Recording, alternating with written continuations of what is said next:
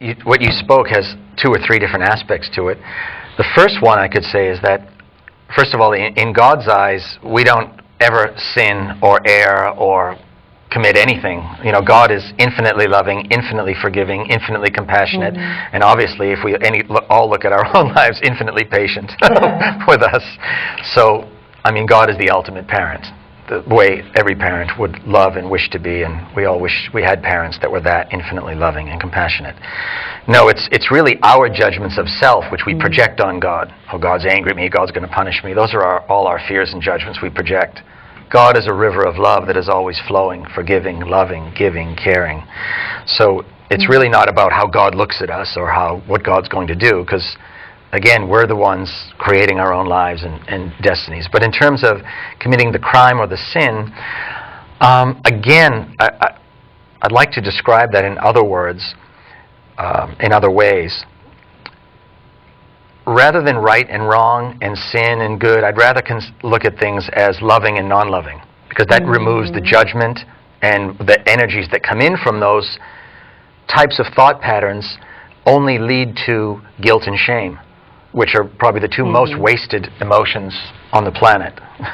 So, because that's just self-condemnation and self-judgment and self-degradation.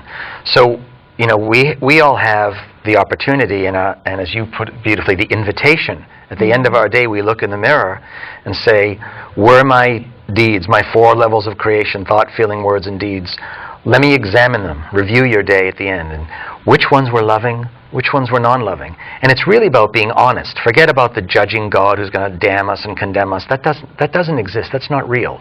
That was created by churches and by people who wanted to control, and not just churches, but it was basically created out of fear and control.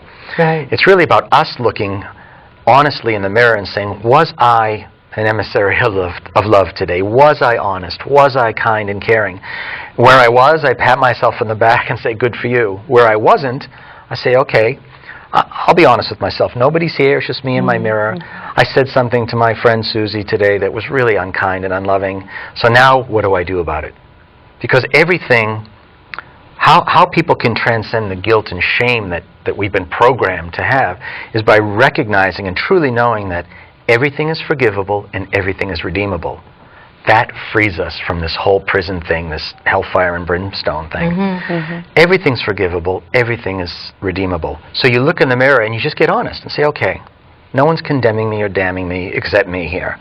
Here I was non-loving, so what am I going to do about it? I can call Susie tonight if it's not too late, or tomorrow, and apologize. And say, you know, what I said to you was really unkind, very disrespectful, I apologize. And the other thing is making restitution. Because everything in the world is energy. Yes. Yeah, the cup is energy, this is energy, we're vibrating at a frequency, everything is energy. Right. Our words are energy too. Yes. Loving ones have a higher vibration than non-loving ones. So that law of karma, which is the law of balance, the universe is always in perfect balance. So when we sow any non-loving seeds on non-loving creations, we have the power to go right out and make restitution and restore balance by doing something of love. Now I'll give you an example. You know, Bob has an argument with his best friend Jack, and you know, Bob starts with an insult, and then Bob does this exercise in the mirror that night, gets accountable, apologizes, you know, to the spirit of that one, apologizes to himself, says, okay, I forgive myself, and I'm going to get back on my horse. Next day he calls Jack and says, I apologize, and Bob says, well, I'm going to go and wash his car, or I'm going to take his son to a baseball game, or I'm going to invite him over for dinner and do something loving to create the balance. When we don't do that, the universe enters on our behalf and does it for us. You get the car accident, you get the broken arm, you get fired from your job, your wife leaves you, So that's what I mean, the universe is always in balance. So how you can walk in mastery and be fully self-empowered is to create the balance yourself. I see. In other words, like if you do something that you feel later on a little guilty about, you feel you've done something that was, as you put it, not out of love, you have to straighten it out yourself, or the universe will straighten it out in a way that you might not like. That you definitely won't like. And depending on the measure of the miscreation, in ways that you may even more increasingly not like. So you're better off making your restitutions and amends on your own. Absolutely. And not leave it up to the universe to decide what's going to happen. Yeah, because karma is like a bank account. You know, the things we create, they gain interest.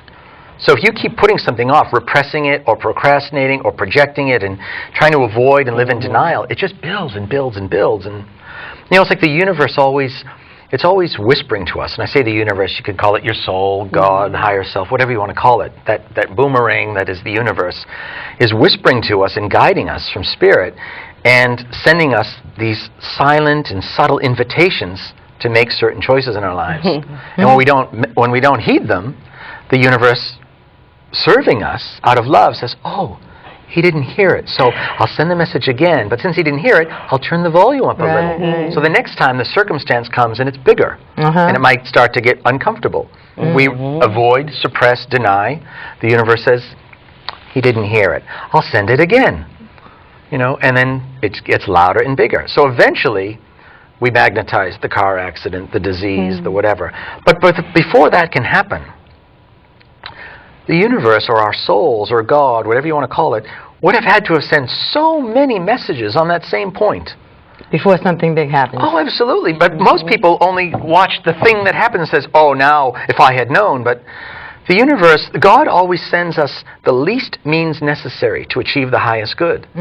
So if driving into a stone wall at 80 miles an hour in your car is the least means necessary, imagine how resistant someone has to be to get the message. Right, to walk away from something like that, Yeah.